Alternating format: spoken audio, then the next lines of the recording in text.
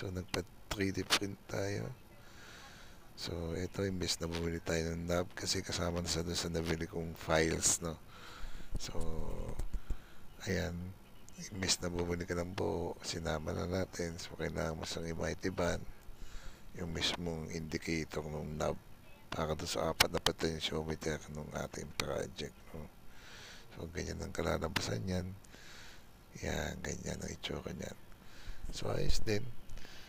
So kasama yan, pati yung mechanical claw o kaya mechanical grip, hindi ko naman tawag dyan.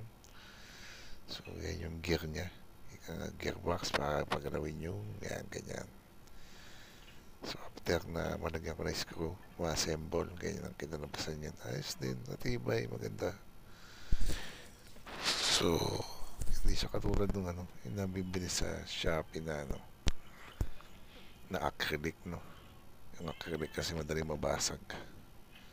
So ito okay na okay sa solid. Ayan, solido, maganda.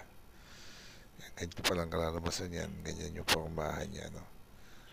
So maganda to mga kabatinting kung mayroon kang isang ganito sa lamesa mo, no. Gumagalaw-galaw, ganyan. Pwede mo din siya i-program. Ganda rin yung may display kang ganyan sa lamesa mo, sa akin, well, nakakatanggal lang stress. May gumaganyan, no. Yung ganyan, Ay, so, ganyan ang formahan yan. Pag dumating yung servo motor niyan, papakita ko sa inyo paano ang galawan. Ganda niyan. So, yun lang. Pinakita ko lang sa inyo yung mga assembly. Maraming salamat mga kabating-ting. Thank you.